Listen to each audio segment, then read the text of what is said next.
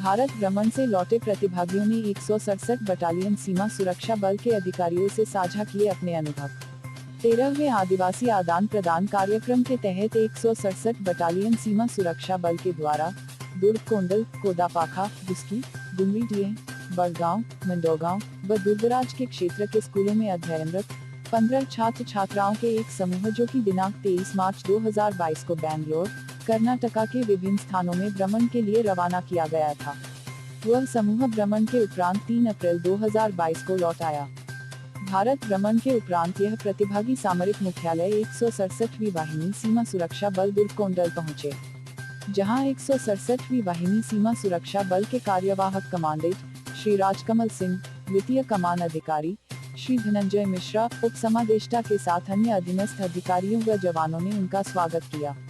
इस मौके पर बच्चों ने बीएसएफ का आभार व्यक्त करते हुए भ्रमण के दौरान देश के विकास, ऐतिहासिक व पौराणिक स्थलों को देखने का अनुभव साझा किया। इस भ्रमण के दौरान बेटी बचाओ बेटी पढ़ाओ विषय पर हुई भाषण प्रतियोगिता में कविता टेकाम निवासी दुर्ग कोंडल ने प्रथम स्थान पर 5000 रुपए पुरस्कार भी हासिल किया। बच्चों ने कहा कि सीमा सुरक्षा बल की बदौलत ही हम भारत भ्रमण कार्यक्रम के अंतर्गत बेंगलोर जा सके, जहां जाने के लिए हम सपने में भी नहीं सोच सकते थे।